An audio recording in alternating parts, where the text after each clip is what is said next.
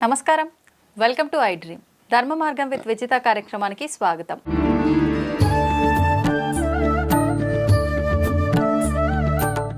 ప్రస్తుతం మనతో పాటు ఉన్నారు ప్రముఖ ఆధ్యాత్మికవేత్త, జ్యోతిష పండితులు బ్రహ్మశ్రీ వీరాపురపు సుబ్రహ్మణ్య స్వామి గారు. ఇప్పుడు వారితో మాట్లాడి మరిన్ని విషయాలు తెలుసుకునే ప్రయత్నం చేద్దాం. నమస్కారం గురువుగారు. శుభాశీస్సులండి. గురువుగారు, కళలు అంటుంటారు, అవును, పగటి కళలు అంటుంటారు. అవును, పగటి కళలు అంటే మనం పగటిపూట పడుకున్నప్పుడు కనే కళలా, లేదు అంటే నేను అలా అవ్వాలి, ఇలా అవ్వాలి, ఇలా మాట్లాడుకునే మాటలా? ఇది పక్కన పెడితే అసలు కళల విషయానికి వస్తే రకరకాల కళలు వస్తుంటాయి. కొన్ని సందర్భాల్లో గుర్తుంటాయి, కొన్ని సందర్భాల్లో గుర్తుండవు. కొన్నిసార్లు ఈ రోజు ఏదైతే విధానం మనం పొద్దున్న లేచిన దగ్గర నుంచి పడుకునే వరకు ఆచరించినామో దానికి సంబంధించిన విధానానికి సంబంధించి ఏదో ఒక కళ రూపంలో వస్తుంది. కొన్నిసార్లు ఒక్కొక్కసారి ముందు ఏదైనా జరగబోతుంటే అది కళ రూపంలో వచ్చి భయపడిపోతుంటాము. కొన్ని సందర్భాల్లో ఎవరో చనిపోయినట్టు, కొన్ని సందర్భాల్లో ఎవరికో పెళ్ళైనట్టు, ఏదేదో ఇంకా మొత్తానికి ఒక హద్దు అనేది ఉండదు వాటికి. ఏదైతే ఏంటి మొత్తానికి కళ్ళన్నీ వస్తూ ఉంటాయి. నిజంగా ఈ కళలు వచ్చినప్పుడు చాలా మంది భయపడుతుంటారు కూడా. భయంకరమైన కళ్ళు వచ్చినప్పుడు, ఎవరికైనా ఏదైనా ప్రమాదం జరిగిందని వచ్చినప్పుడు, అరే ఇలా అయింది ఏంటి, వాళ్ళకి ఏమైనా అయిపోతుందేమో ఇలా. నిజంగా అసలు ఈ కళలు అనేది నమ్మొచ్చు అంటారా? 100% వాస్తవం.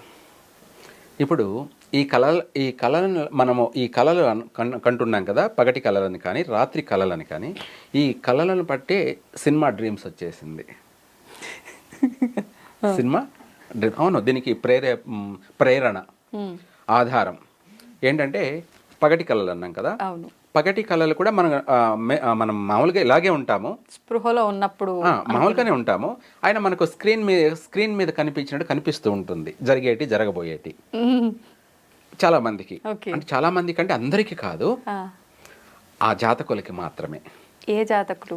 ఆ జాతకులు అనే చెప్పేదానికన్నా చంద్ర కళలు అంటారు. చంద్ర కళలు, చంద్రుడు వచ్చేసి లగ్నంలో ఉన్న, లేదు మిథున లగ్నమై లేదా కన్యా లగ్నమై ఆ లగ్నంలో చంద్రుడున్నా, లేదు లగ్నం మిథున లగ్నం లేదా మేష లగ్నం లేదా మిథున లగ్నం కన్యా లగ్నం, ఈ లగ్నాలలో బుధుడు ఉండి జన్మించిన, లేదంటే గురువు ఉండి జన్మించిన, లేదా శుక్రుడిని జన్మించిన ఆ పుట్టిన సమయం అంటారు దాన్ని. Okay, time.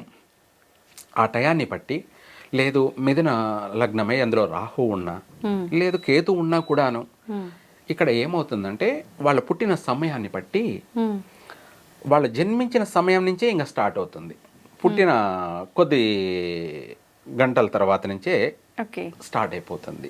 అంటే జరిగిపోయినవి గత జన్మలు కానీ, గత జన్మలు అంటే ముందు జన్మ ఏమిటి, ఎక్కడ పుట్టాము, ఏ ప్రాంతంలో పుట్టాము, అక్కడ ఏం చేస్తాము, మనం ఏం సాధించాము, ఏమిటి మన జీవితం జరిగిపోయింది అన్నది కూడా మొత్తం కనపడుతూ ఉంటుంది మనకి. Okay okay.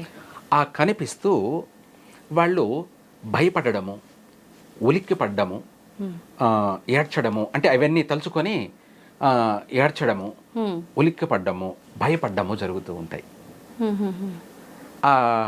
ఆ జరుగుతున్న దాంట్లో ఆ పిల్లలు అభివృద్ధి చెందలేకపోతుంటారు. సరే, దానికి కలినీళ్ళని చల్లుతారు. ఆ చల్లిన వాళ్ళ యొక్క ప్రభావం కూడా పుట్టిన కలినీళ్ళని చల్లుతారు.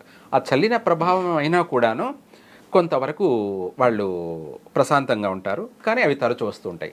సరే, పెరిగిన తర్వాత పెద్ద అయిన తర్వాత కూడా మనకు కళలు వస్తూ ఉంటాయి. ఆ కళలు ఏంటంటే ఏదైనా సరే జరగబోయేది మనకు ఈరోజు కళలో కనిపిస్తుంది. ఈరోజు కళలో మనకి ఏదైతే వచ్చిందో దానికి సమయం కూడా ఉంటుంది. ప్రతి కళ జరగదు, మళ్ళీ మనకు కనిపిస్తూనే ఉంటాయి, కళలు వస్తూనే ఉంటాయి. పగలు మన కూర్చొని కళలు వస్తూనే ఉంటాయి, పగటి కళ. లేదు రాత్రి నిద్రపోతున్నా కూడా రాత్రి కళలు వస్తుంటాయి. వచ్చిన కళలన్నీ జరగవు. కొంతమందికి అయితే జరుగుతూ కళలు వస్తూనే ఉంటాయి, కొంతమందికి ఏంటంటే అప్పుడప్పుడు వస్తూ ఉంటాయి. ఇక్కడ సమయ సందర్భం మనకు వచ్చినటువంటి టైం, దాన్ని గుడ్ టైం బ్యాడ్ టైం, ఆ వచ్చిన సమయాన్ని బట్టి జరగాల్సింది జరిగి తీరుతూ ఉంటుంది. కానీ మనకు ఆ మెసేజ్ ముందే వచ్చేస్తుంది, తెలిసిపోతుంది, తెలియచేస్తాడు. జరగబోయేదాన్ని కళలో మెసేజ్ అనేది వచ్చేస్తుంది. ఆ కళలో మనకు కనిపిస్తుంది. ఎట్లా కళ్ళకు కట్టినట్టే మనం డైరెక్షన్ చేసి మన సినిమా తీసినట్టుగానే మొత్తం అంతా కలలో కనిపించేస్తుంది. ఈ వచ్చిన కలే రేపు కానీ అంటే మరుసటి రోజు నిద్రలేచాక ఆ రోజే జరగడం కానీ, లేదంటే వారానికి జరగడం కానీ, లేదా నెలకు జరగడం కానీ, లేదా సంవత్సరం లోపైనా సరే మనకు వచ్చిన కళ ఏదైతే ఉందో అది జరిగే తీరుతుంది. సమయాన్ని బట్టి ఎప్పుడు జరుగుతుంది అన్నది పక్కన పెట్టేసాయి. ఎప్పుడైనా జరగచ్చు. కానీ ఆ జరిగిన సందర్భాన్ని బట్టి మనం అది చూసామనుకోండి, మన కళ్ళ ముందరే జరిగిందనుకోండి, అప్పుడు మనం అనుకుంటాం, అరే ఈ కళ నాకు ఇదంతా నాకు ముందే తెలుసు కదా, ముందే నాకు కళలో వచ్చింది, నాకు వచ్చిన కళే ఇక్కడ జరిగింది అని చెప్పేసి అప్పుడు వాళ్ళు డ్రీమ్లోకి వెళ్ళిపోతారు. ఏమిటి ఇది, నాకు ముందే తెలిసిందే అని చెప్పేసి అందరికీ చెప్పుకుంటుంటారు. ఈ కళ నాకు ముందే వచ్చింది, జరుగుతుందని. నేను జరుగుతుందో లేదో నేను అంతగా దాన్ని పట్టించుకోలేదు. జరిగిన తర్వాత నాకు ఈ జరిగేది ముందే నాకు తెలిసిపోయింది అని చెప్పేసి అందరికీ చెప్పుకుంటుంటారు.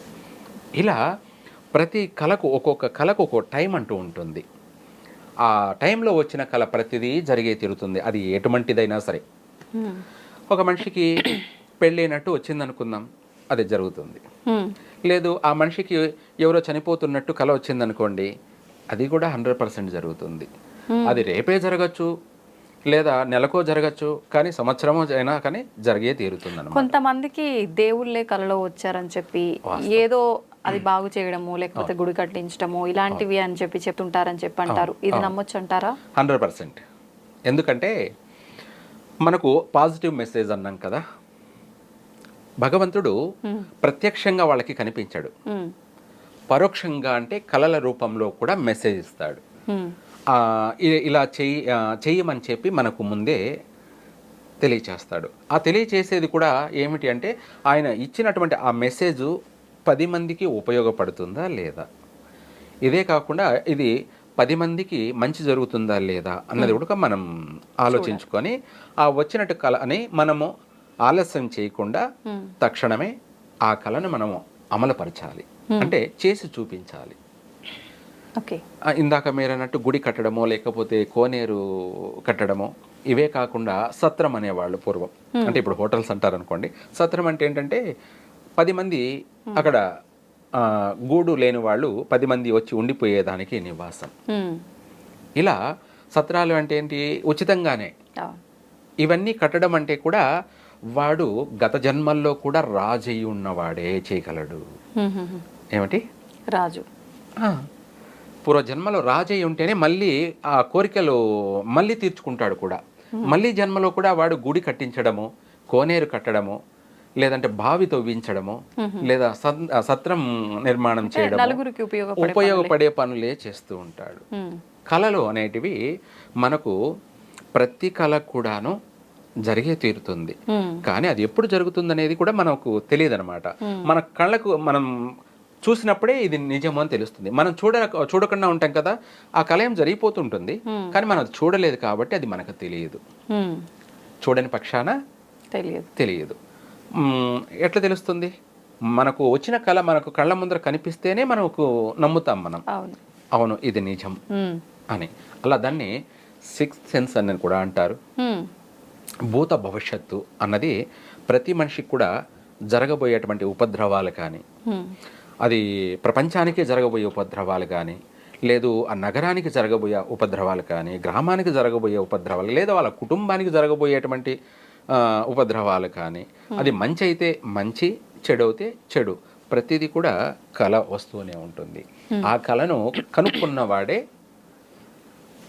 ఒక పండితుడితో సమానం. కళ కనుక్కున్నవాడు పండితుడు, అంటే మహాపండితుడు అంటారు. అతనితో సమానమైనటువంటి వాళ్ళు. ఇటువంటి వాళ్ళంతా కూడా పూర్వ జన్మలో వాళ్ళ జన్మలు మామూలు జన్మలు కాదనమాట. చాలా చాలా గొప్ప గొప్ప ఉన్నత స్థానంలోనూ ఉన్నత స్థాయిలోనూ వాళ్ళ జీవనం జీవించి వచ్చినటువంటి వాళ్ళే. 10 మందికి వాళ్ళు ఆదర్శ ప్రాయాలు అనమాట. అటువంటి వాళ్ళకి మరు జన్మలో కూడా కళలు అనేటివి వస్తూనే ఉంటాయి. ధన్యవాదాలండి. సర్వే జన సుఖినో భవంతు.